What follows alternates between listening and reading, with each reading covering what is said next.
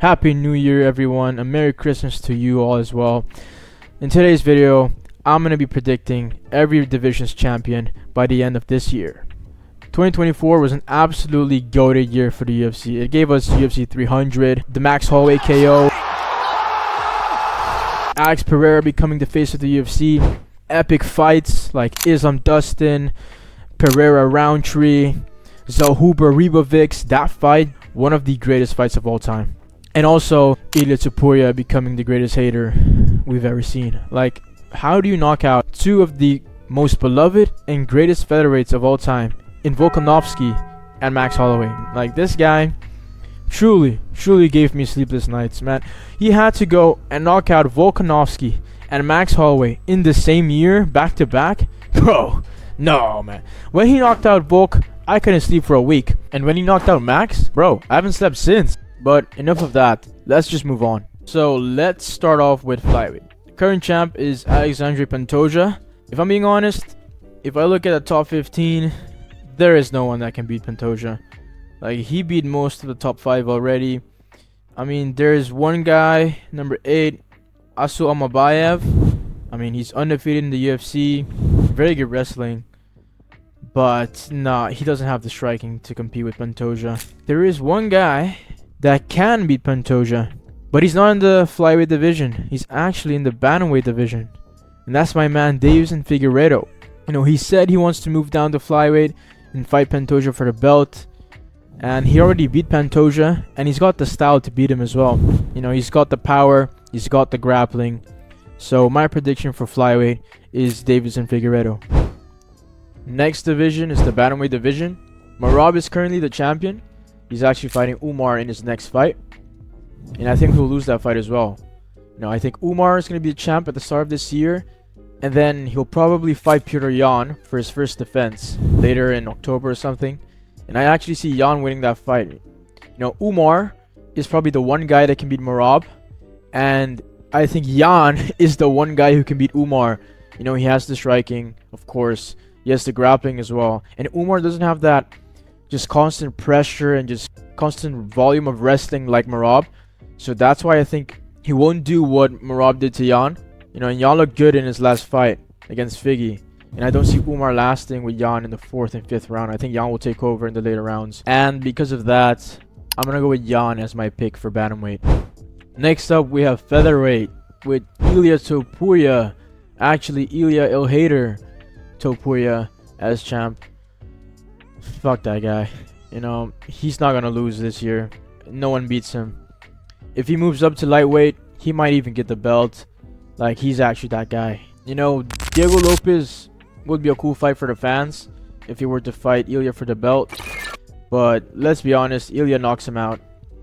And same goes for pretty much everyone in that division.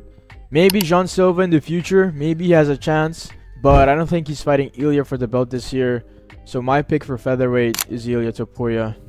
You know, fuck that guy. As for the lightweight division, if you look at that top 15, I don't see anyone beating Islam. You know, he's going to beat Arman in the rematch. Charles 2.0 showed some D1 wrestling in his last fight, and I think this version of Charles will probably give Islam his toughest fight. But again, Islam is just too good, and I think he's better than Charles on the feet. The only one who can actually beat Islam in actual reality is Ilia. If Ilia moves up and avenges Charles, then I'll stop hating and the glazing will commence. But the future of the lightweight division is so up in the air. Like, after the Arman fight, who is Islam going to fight? Charles again? Are they going to make that fight? He probably beats Charles, and I don't see him fighting 3 times this year. Maybe he'll move up after the Arman fight. He wants to be double champ. So yeah, because of that, I'm gonna go with Islam as my pick for lightweight. Now on to welterweight with Bilal. Please remember my name, Muhammad, as champ. Yeah, it's gonna be a tough ask for anyone to beat Bilal.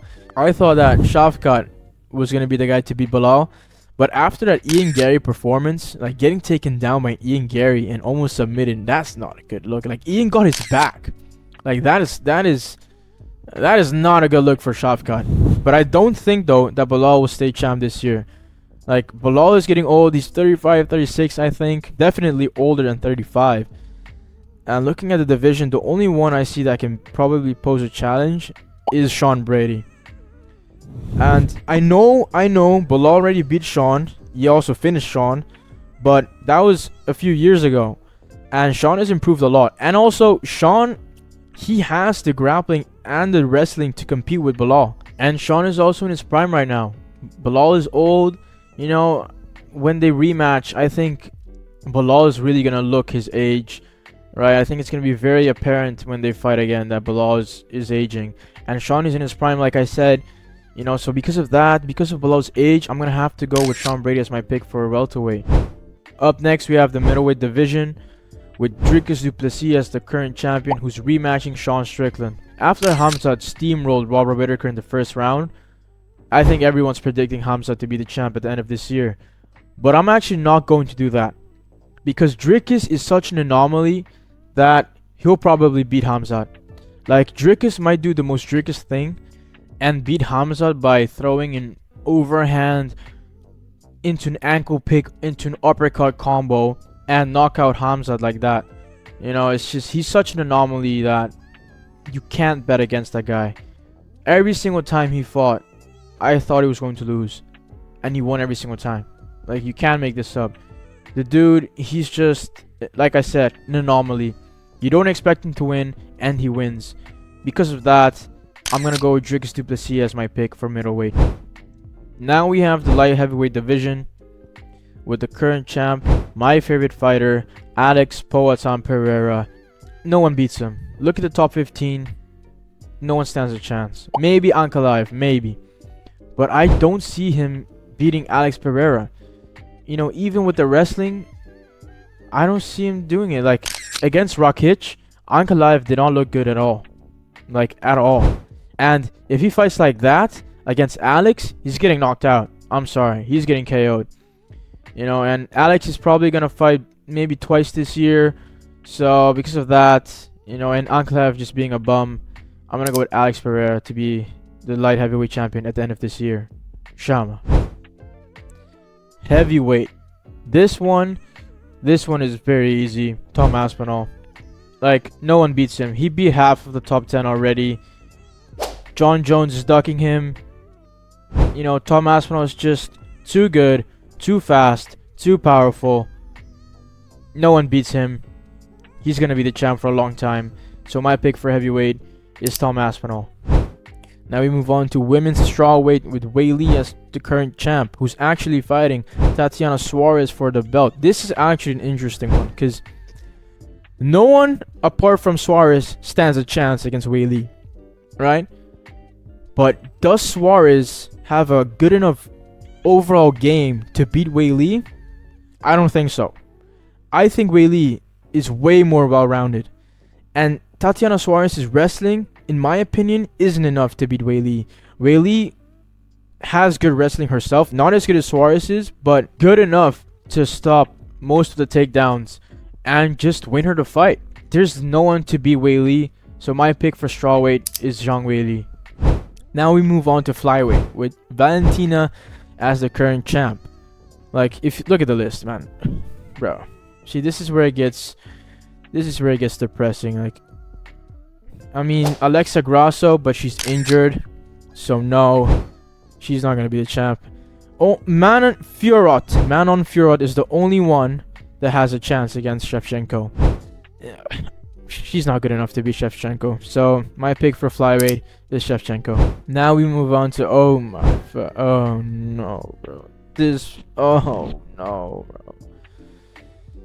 This is the worst division in the UFC. Women's bantamweight. Oh, Juliana Pena. When Juliana Pena is your champion, you know your division sucks. Anyways, my pick for the women's bantamweight division is Kayla Harrison. So that's it, guys. Thank you for watching. Don't forget to like and subscribe. And also share down below in the comments your predictions for 2025. And I'll see you guys in the next one. And I have one last thing to say. Chama.